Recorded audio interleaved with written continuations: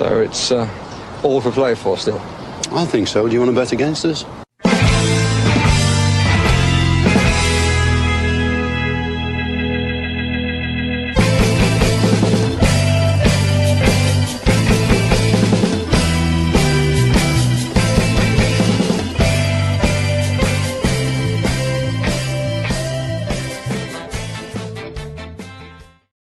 Hello, Aston Villa fans, and hopefully we're not lagging as bad this time. But just to catch everybody up, what myself and Paddy were talking about there was the wonderful night that is tonight in Ireland of the Late Late Toy Show. That children and adults alike will stay up and watch the Late Late Toy Show tonight, and we will dream about Christmas. So today is officially the start of Christmas in Ireland. And then we went on to talk about how Paddy's gone for pints. We went on to talk about how cringe Gianni Infantino is, and about how bad FIFA, how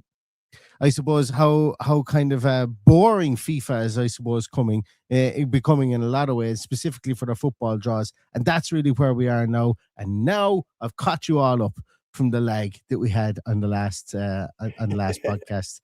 But let's not let all that take away from a 12:30 kickoff tomorrow, Aston Villa versus Arsenal in Fortress Villa Park.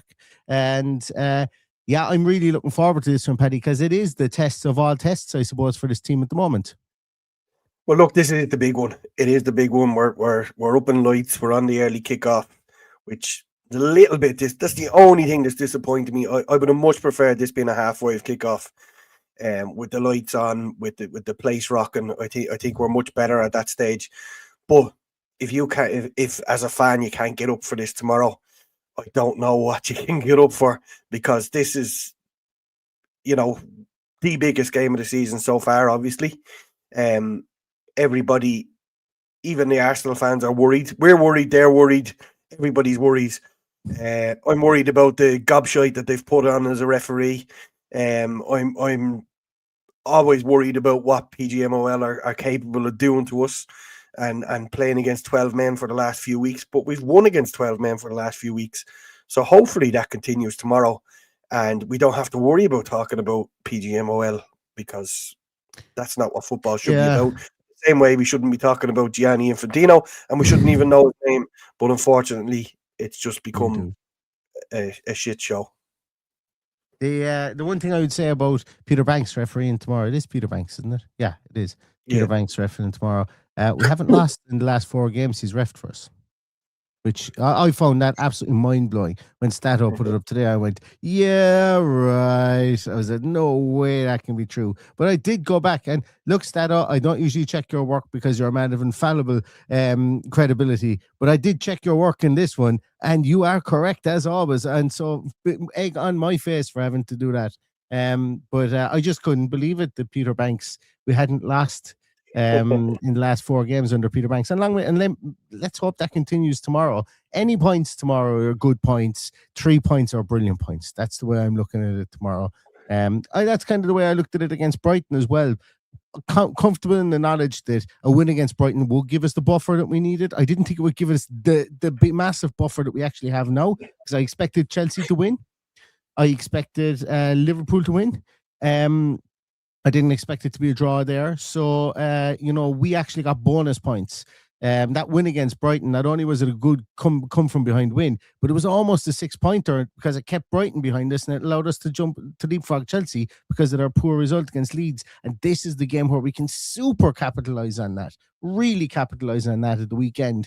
And 3 points would just be out of this world. And to be honest with you, 3 points would probably still have everybody saying Arsenal were poor, regardless of how good Aston Villa were. But it would mean that people would have to sit up and take notice of the incredible run that Aston Villa are on, the unrivaled run that Aston Villa are on. I think, it's definitely unrivaled in the Premier League, but I would go so far as to say unrivaled run that they're on in European football at this current time, and long may it continue. Yeah, and look, we're catching. If there is such a thing, we're catching Arsenal at a good time with the injuries that they have. Jesus, yeah. It's a pretty serious. And in fairness, for all the bitching and whinging Moani Arteta did this week, he hasn't mentioned the injuries. He's mentioned about all the games they have to play. I'm sorry, why you're deflecting with a story like that is beyond me. all the games. Everybody has to play the same amount of games as in Europe. We're exactly the same. We played on Wednesday night as well. The guy is a fucking moron, an absolute fucking moron, and he's no class. So it would make me extremely happy should we go and get 3 points tomorrow, because I really don't want him to win the Premier League with Arsenal. As much as I despise Manchester United, I would rather they won the league than Arsenal, because they're just unbearable. Unbearable winners and even more unbearable losers. So I'd be quite happy with us to get 3 points tomorrow and put them back in their box and rattle them, and then listen to all the excuses that he comes out with about his injuries that he didn't talk about during the week. I've got a small bit in the back of my brain of, I don't know, is there a small bit of revenge for that game in August of last year, 2024. Not so much revenge, but that was a game where I thought that Aston Villa played better than the result was. If I'm not mistaken, I think we lost 2-0 that day. Morgan Rogers ran the show. I think Trossard got a goal. Maybe he might have actually got both goals. And the lesser spotted Kostin Nedeljkovic came on at right back in that game as well, if I remember rightly. I was drinking pints with Noel Connaughton and a couple of other lads inside Nampukan in Galway. I was after getting fitted for my wedding suit that day, and we went on an awful tear that day afterwards. But it would have been better if we gone in the tear with Villa winning. But yeah, I felt that we played better than the result what it should have been, and I know that was in the Emirates Stadium. So, and I know we've obviously played them again since. But I think that there's, I don't know, is there a small bit of needle between the two teams, or is there a small bit of, I don't know what it is, but I always feel that that both teams kind of circle each other under. Maybe it's an Arteta Emery thing. Both teams kind of circle each other on the calendar and go, "Yeah, we'll have a right rattle off these guys now," and that's nice. It's nice for us to be in that company. Well, I can tell you what it is. It's coming from Arsenal fans, because they're just willing Unai Emery to fail, because they failed him and got him sacked. They failed him and got him sacked. Let's be honest about it. So that's what's irking them, and they've obviously got a bigger voice because there's so many of the glory hunters there from the time in the early noughties when they were winning, late 90s, early 90s when they were winning the Premier League. So they've obviously got more fans around the world who are making a whole lot more noise about it. But it's 100% about Unai Emery, and for that reason alone, I want him to do well in every time he plays Arsenal. We've had unlucky ones. If you remember that one, the ball hit the bar and came back and hit Emery and went in, and that was the time that you could sense palpable relief amongst the Arsenal fans that day. Yeah, that was the game where the game whereby that the scrawny fella from Arsenal Fan TV was giving it large outside Villa Park, and that was the time they'd let Aston Villa had let Arsenal Fan TV come in and film inside the stadium and everything like that. And then, they kind of threw it back in everybody's faces then by being very disrespectful afterwards. Yeah, maybe that's where a lot of the bite comes from as well with regards to this game, why I circle this game as well. Maybe it's the residual hatred of that scrawny fellow from Arsenal Fan TV from that day as well. But it's an interesting one. And look, it's going to be a tough game. I know they're down a full defense tomorrow. They're going to be probably down Saliba. They're going to be down Gabriel. They're going to be down Mosquera. They're going to be down who else went off? They're probably going to be down Trossard. Which is good because he always plays well against us. Havertz is down. Yeah, I think there's someone else as well. I think there's someone else there as well. So look, they'll be starting Hincapie. They'll have Ben White will be in right back. So they'll still have very, very decent players there, obviously. But there's an opportunity there for Villa to capitalise on a defence that has played little to no football together in meaningful minutes, should I say, even on the field together. And Villa should be able to try and at least get in and around that defence. And I would hope at home, with the crowd willing everybody on, and I meant to say it as well, the scarf, please, if you are going to the game, bring your scarf with you. If I would love to be going to this game, I would love to bring my scarf, I wear my wrestling belt and bring my scarf with me. And raise the wrestling belt over my head and wear the scarf around my waist for this game. But bring your scarf and make the place nice and raucous. 12:30 kickoff. The guys in the guys there, the organising all the tifos, everything like that, doing a super job. And like it is really adding to the atmosphere and to the intrigue of Aston Villa and Villa Park itself. So if you're lucky enough to be there tomorrow, get involved with the scarf thing, please, and let's make it look good for TV, if nothing else. And I'm sure the players will know about all this as well, so they'll appreciate all that too as well. Of course, yeah. Oh, Declan Rice is going to be out tomorrow as well, Paddy, I think. Is he though? Well, like put it this way, he goes off on Thursday. He can barely walk in it on Thursday. I don't know. I like put it. He's not going to be 100% anyway. Go on, John McGinn, rake one down the back of the ankle. 5 minutes in tomorrow. See what happens. Yeah. Yeah. Look, the game is going to be won and lost with what happens in that midfield. Zubamendi's been a great signing. Rice, as we know, is a cracking player. But in front of them, it's how we marshal Eze, Martinelli, Saka. If we have a good game against them, they will not function. So it's going to be a case where Boubacar Kamara probably sits into that back five, as it'll be when he's there, and let Onana go and try and marshal whoever's running with the ball. If it's not Rice, I'm not sure who it'll be, to be honest. But it's going to be a different type of game if they don't have Declan Rice. And try not to dwell on that, because I would really hope he wasn't playing.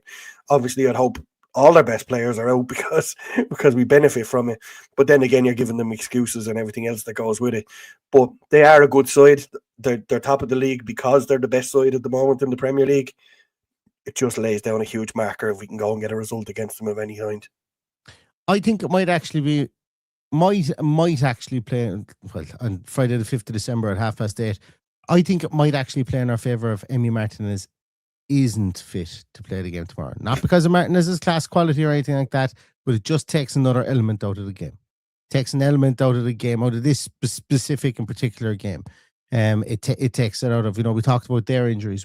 It's likely, Unai was non-committal on Martinez today. He said that Barkley and Mings are definitely out, but he was non-committal on Martinez. So we will see what the story is there, and we will be bringing you a team sheet tantrum. A bit of programming notes. We may not have a post-match podcast. Podcast. If we do, I'll be doing it from the car somewhere. I'll be watching the match. I'll have to run out into the car to do it. So just bear that in mind if for the production value for our post-match podcast. But it'll be interesting to see what team he does go out. Does go out for Villa tomorrow. Does he? I'm minded to think that he's going to keep Onana in there. I'm minded to think that we're going to have Rodgers, Tielemans, McGinn in behind Ollie Watkins with Malin still to come off the bench. It's not beyond the realms of possibility that he will do that tomorrow. Keep Onana and Boubacar Kamara there. Bring Tielemans back into more of an 8 as a 10. Bring Tielemans back into more of an 8 as a 10, or into more of an 8 than a 10. And McGinn obviously tuck it inside as well, and then see what way it goes there. Yeah, that's exactly the team I would pick. The three boys would be in there, and then Onana and Kamara in behind them. The back four, the only change I'd make is that Luca Dean starts in place of Ian Maatsen. But other than that, it's as you were. I think Ollie Watkins starts after getting the 2 goals the other night. So it's going to be exciting. I've unfortunately run out of time and I have to go now after our previous attempt to get online. But I hope everybody has a great day tomorrow. We'll be talking to you on the Team Sheet Tantrum at 11:15 in the morning. 11:15 in the morning. Yep. Yeah. Strong coffee for those who like a lion on a Saturday. So that's definitely it. But yeah, listen, Paddy, I gotta let you go. You gotta go to your executive meeting and then your free bar afterwards. And I gotta go in and get myself ready for the for the late toy show. Hopefully this is a precursor. Hopefully it'll be an early toy show for Aston Villa tomorrow at 12:30. See what I did there? And we'll all be absolutely delighted, and there'll be one for everybody in the audience at Villa Park. There'll be a goal for everybody in the audience at Villa Park. And if you're not Irish, you've got none of that. None of that has sunk in. One for everyone in the audience is a very famous phrase from the late toy show. Happens every year. So hopefully there's a goal for everyone in the the audience at Villa Park tomorrow. And we'll see you again at around 11:15 tomorrow to talk the team sheet and to get ready for Aston Villa versus Arsenal. But the abridged one tonight. Hopefully everybody has a great evening. Stay safe, stay healthy, and all that's left to say is up the Villa. Up the Villa.